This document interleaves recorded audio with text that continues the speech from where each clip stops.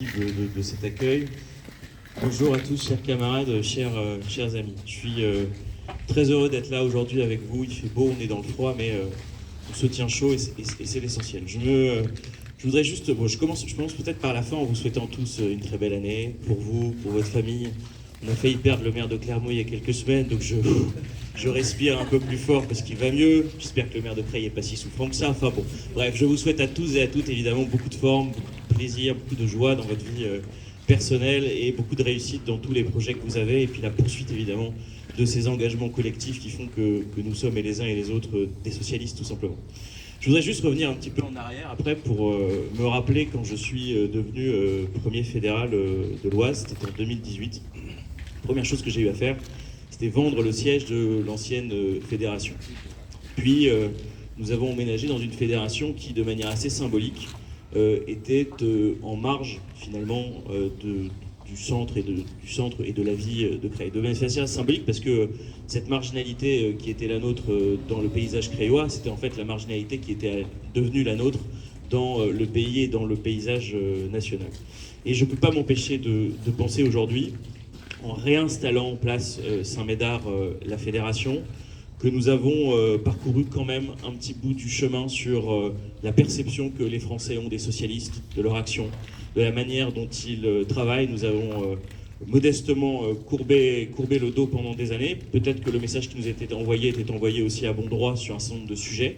Et je pense que nous avons, et les uns et les autres, pensé ce qui avait amené les socialistes là où ils en étaient en 2017. Et donc je suis très heureux d'avoir cette permanence avec cette rose et le point serré, parce que le point serré est aussi important que la rose pour moi, dans le centre de Creil, d'avoir aussi la permanence parlementaire à Clermont, hein, je dis souvent, ces deux capitales du socialisme, Clermont étant la pointe avancée. Après j'appelle ça le Mordor, moi, parce qu'il y a beaucoup de boulot, mais Lionel tient la frontière avec beaucoup de force depuis très longtemps, et évidemment que Creil, le Creillois, pour ce que ça représente de l'histoire du socialisme, c'était extrêmement important que nous soyons là. Moi, je veux juste vous dire, prolonger un petit peu les réflexions de Sophie sur l'état du pays et l'état du monde. 2023 a été une année terrible. Franchement, c'est pas des années qu'on a envie de vivre tous les ans, à tout point de vue. Ça a été une année dure pour la vie des Français. D'ailleurs, c'est ce qui les a le plus marqués quand on regarde les enquêtes d'opinion, comme on dit. C'est la dureté de la vie liée à l'inflation énergétique, l'inflation du prix des matières premières. Ils ont là dû renoncer à une semaine de vacances, là dû renoncer certains à baisser le chauffage d'1 degré. Et je parle beaucoup des étudiants, on a sauté plus de repas encore que d'habitude, et évidemment tout ça pèse. Il y a également le contexte des deux guerres et des deux conflits qui se sont ouverts à quelques milliers de kilomètres de chez nous. Conflits qui nous rappellent aux uns et aux autres que la paix n'est pas comme l'air qu'on respire, une donnée naturelle, un état naturel du monde. Non, la paix est quelque chose qui se construit dans le rapport que les hommes et les femmes entretiennent les uns avec les autres, dans le rapport que les nations les unes avec les autres entretiennent les uns avec les autres. Et donc évidemment, ça nous rappelle à cette précarité de la paix et au fait que nous-mêmes, socialistes, qui en avons toujours été des artisans, parfois, je pense au Grand Jaurès, au péril de notre vie, devons poursuivre ces chemins de paix. Et moi, j'ai quand même une pensée particulière pour ce qui se passe à Gaza aujourd'hui. 30 000 morts, un tiers d'enfants. Ce ne sont pas des dommages collatéraux ce qui est en train de se passer, c'est la politique d'un gouvernement d'extrême droite. Je n'oublie pas ce qui s'est passé le 7 octobre, mais le 7 octobre ne peut pas justifier ce qui est en train de se passer à Gaza, et je crois que certains auront à en répondre devant des cours internationales pour ce qui est en train de se passer, et il faudra que les choses se passent ainsi. Donc voilà, je pense que nous avons ça devant nous. Nous avons aussi quand même eu cette année le pays qui est sorti plusieurs fois de son lit, parfois pour des conflits classiques que nous avons soutenus largement, avec beaucoup de force. C'était la question de la réforme des retraites et le fait que ceux qui avaient commencé à travailler le plus tôt se voyaient payer un autre impôt, un impôt sur leur vie, 2 ans de vie à donner en plus, alors que ceux qui avaient commencé à travailler tard, dont je suis, pour moi ça change rien, parce que de toute manière j'étais déjà condamné entre guillemets à travailler jusqu'à 67 ans, et je dis condamné, c'est pas le bon mot, parce que pour moi le travail c'est pas au bout d'un marteau-piqueur ou dans des conditions abominables. Donc ce qui s'est passé aussi sur la réforme des retraites, on a vu tout d'un coup que les Français qui soi-disant étaient fatigués, affables, 3,5 millions de personnes dans la rue pendant des mois, je suis désolé, ça ressemble quand même à un pays qui se défend et qui a quand même encore sur les questions sociales des choses à dire. Et puis il y a eu évidemment je refais cette année rapidement dans ma tête, mais il y a eu l'affaire Naël, la violence qui sont suivies, violence inacceptable avec des destructions de ce qui sont des cadres communs, je pense ici au centre social, voilà, et dans des tas de territoires à un tas de choses, et pour lesquelles la réponse immédiate était évidemment la fermeté, mais pour lesquelles la réponse de long terme n'est toujours pas trouvée, hein. Je vous rappelle que ce président a commencé son quinquennat en enterrant le rapport Borloo sur la politique de la ville, et que nous en sommes toujours là en fait. Nous sommes toujours dans la situation de ne pas avoir de solution à proposer à ce qui est en train de se passer. Donc voilà, moi ce que je nous souhaite en tant que socialiste, c'est en effet de combattre toutes les formes d'injustice. Il y a 3 millions de pauvres dans ce pays, ça n'est jamais arrivé. Voilà, depuis que la statistique INSEE existe en 1996, je ne veux pas faire l'économiste de service, ça n'est jamais arrivé. Il n'y a jamais eu autant de pauvres dans ce pays qu'il y en a aujourd'hui. Ça ne veut pas rien dire. C'est le produit d'un système économique, ce n'est pas le produit de la nature. C'est le produit de choix collectifs, de choix qui consistent à, vous voyez là, cette réforme loi immigration qu'on a combattue pour ma part au Sénat avec beaucoup de fermeté. Là, quand on fait les premiers calculs, c'est pas moi qui le fais, c'est nos organismes indépendants qui s'appellent Nos Services Publics.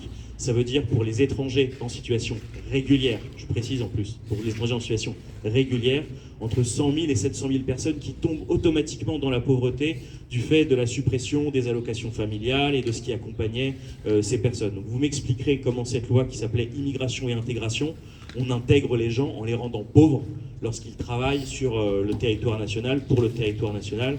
Et vous m'expliquerez comment, parce que je regardais les chiffres sur Paris qui étaient donnés, 40% des gens qui sont à la plonge dans les restaurants parisiens qui font tourner le fait que Paris est une fête, sont des étrangers en situation irrégulière.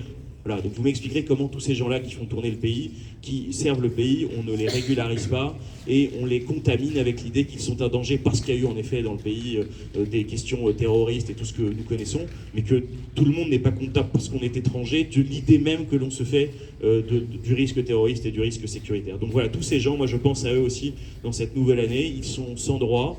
Ils ont été quand même violemment pris pour cible. On va examiner dans quelques semaines au Sénat une nouvelle réforme de l'AME. Donc on va réduire le panier de soins auquel ils ont accès, au mépris de toutes les règles de santé publique, même pour nous-mêmes, au mépris de leur propre santé, parce que ça avait déjà eu lieu en Espagne, il y a eu une augmentation de la mortalité chez les étrangers de 25% quand ça a eu lieu en Espagne sous le gouvernement Rajoy, et donc ça a été remis en place par le gouvernement socialiste quand il est arrivé au pouvoir. Voilà, donc moi je pense que nous sommes socialistes, nous avons à nous battre contre tout cela. On a évidemment, parce que nous sommes un parti politique, des échéances qui arrivent devant nous. C'est les élections européennes. L'Europe, elle est dans un moment un petit peu particulier de son histoire. Elle peut revenir à ses anciens démons, c'est-à-dire rester à un marché sur lequel on fait peser des règles de concurrence tellement absurdes qu'elles nous tuent vis-à-vis du reste du monde, pendant que les deux grands contre-modèles américains et surtout chinois se mettent en place. Voilà. Vous regardez la croissance de l'Europe par rapport à la croissance de la Chine et des États-Unis, vous voyez un décrochage spectaculaire, vous voyez une absence de politique industrielle assumée, vous voyez énormément de difficultés au sein de l'Europe, mais elle est un moment de bascule parce que pendant la crise, elle a, sur les questions de Covid, elle s'est mise en commun sur un certain nombre de sujets, sur la question de la dette Covid, sur la question des vaccins. Et donc si elle continue à mettre des choses en commun, si elle continue à remettre en cause ses dogmes, eh bien elle a un rôle à jouer dans l'avenir de la France et dans l'avenir évidemment des États du continent européen. Mais si elle retourne, ce qui est un risque, parce que là je vois qu'il y a un nouveau paquet budgétaire qui a été inventé et qui a été voté au niveau européen. Si elle retourne à des règles stupides qui n'ont aucun sens économique pour freiner les investissements des États dans la transition écologique, dans l'hôpital public, dans tout ça, eh bien dans ce cas-là, évidemment, elle sera un vecteur historique de désolation pour nous tous. Donc ce qui se passe en Europe dans 6 mois, c'est important. Et ce qui se passe pour les socialistes, c'est important. Parce qu'en France, le Parti socialiste a été quelque peu, quelque peu bousculé par ce qui s'est passé en 2017, mais en Europe, les sociodémocrates continuent à être le pivot d'une coalition de gauche. Si les sociodémocrates passent en Europe devant la droite conservatrice au sein du Parlement européen, l'équilibre même de la coalition qui pourrait se former serait forcément différent. Et donc évidemment, ce qui se joue, c'est extrêmement important en juin. Et puis, vous l'avez peut-être regardé les uns et les autres, tout d'un coup, il y a une forme d'embellie des socialistes dans les sondages. Peut-être manquons-nous un peu aux Français, ce serait une bonne nouvelle. Mais je veux dire, tout ça est à confirmer, tout ça est fragile. Parce que moi je le vois, hein, dès qu'on commence à pointer un petit peu, à pousser du col au niveau national, on nous rappelle à nos erreurs passées, elles existent. elles existent. Il faut les assumer, on a fait des erreurs. Voilà. Quand on a supprimé des lits sous Marisol Touraine, c'était une erreur. Voilà. On ne peut pas dire autrement, il faut aussi qu'on assume notre part d'échec et notre part de responsabilité. En revanche, quand on a augmenté 60 000 enseignants dans l'éducation nationale, c'était là un vrai succès et il faut revendiquer aussi ces succès-là. Donc voilà, en Europe se joue quelque chose d'important. Il va y avoir une liste avec en tête Raphaël Glucksmann, qui est quand même aujourd'hui maintenant connu et reconnu pour ses engagements sur les droits humains, que ce soit pour les Ouïghours, que ce soit à Gaza, que ce soit dans un certain nombre d'endroits du globe. C'est quelqu'un qui se bat pour les droits humains, c'est quelqu'un qui a travaillé, qui se bat aussi contre, vous savez, ce qu'on appelle la fast fashion, le fait que vous ayez à l'autre bout du monde des vêtements qui soient faits dans des conditions déplorables et qui soient parfois par des enfants et qui soient ensuite ramenés sur le continent européen, voilà, qui se bat pour un autre aussi système économique. Je crois qu'il faut que nous soyons au rendez-vous des élections européennes et nous tous, je vous le dis, il va falloir que ce soit aussi le moment où il peut se passer quelque chose. Aujourd'hui, on est à 11 points dans les sondages, on est 3e. Depuis quand ça ne nous est pas arrivé déjà d'avoir 2 chiffres, et en plus d'être 3e. Donc on est 3e et Renaissance est à 17 points. Je crois que si nous étions 2e derrière le Rassemblement National, je sais que c'est un vœu, on est en janvier, on a le droit d'en faire, mais je crois que si nous étions 2e derrière le Rassemblement National, ce serait un signal fort sur ce que pourrait être le paysage politique de l'après-Macron, parce que l'après-Macron est en train d'arriver sous nos yeux, et vous avez vu la composition de ce gouvernement, vous avez vu les orientations qu'il compte lui donner. Enfin, on croirait que si on mettait les enfants en uniforme et moi, mon fils il a 4 ans, il connaît déjà la Marseillaise, mais si vous voulez, si on les mettait en uniforme en chantant la Marseillaise, ça suffirait à ce que le pays aille mieux. Tout ça est une blague, tout ça est une vaste blague, et c'est quand même ce qu'on retient de son allocution. Où est la vision sur l'économie, où est la vision sur notre modèle social? Il nous dit juste, voilà, il y a des gens qui vont de manière indue aux urgences. Voilà, on va de manière indue aux urgences. Je suis désolé, de manière indue aux urgences, ça veut dire quoi quand on n'a plus de médecine? Je parle devant le maire de Clermont qui se bat comme un lion pour avoir réimplanté un centre de santé qui en plus a refait des urgences, mais il le sait, comme il y a un Oasis à Clermont, bon moi je le dis même pour nous, il y a beaucoup de gens du Créois qui viennent à Clermont. Pourquoi? Parce qu'en fait on ne sait plus quoi faire. En fait, il y a un moment on ne sait plus quoi faire. Vous êtes en pleine nuit, vous essayez de voir un pédiatre une journée, le lendemain vous n'y arrivez pas, vous déboulez aux urgences. Mais ça pour M. Macron c'est indu. Voilà, donc il y a une pénalité financière, ça s'appelle le forfait hospitalier, ça va vous coûter 20 euros ou 25 euros. Et puis vous allez être puni parce que vous êtes allé aux urgences, juste parce que vous allez être puni parce que vous avez cherché à vous soigner. Bon, je n'épilogue pas là-dessus.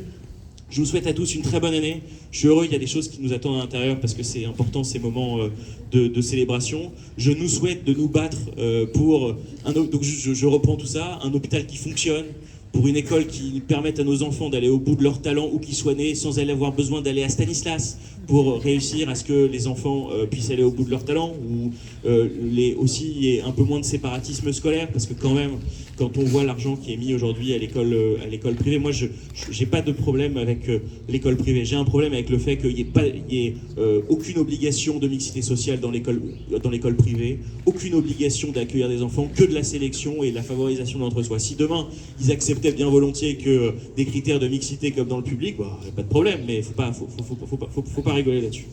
Donc voilà ce que je voulais vous dire. Je nous souhaite beaucoup de bonheur et j'espère que ce sera une grande année pour les socialistes. Merci à vous. Merci.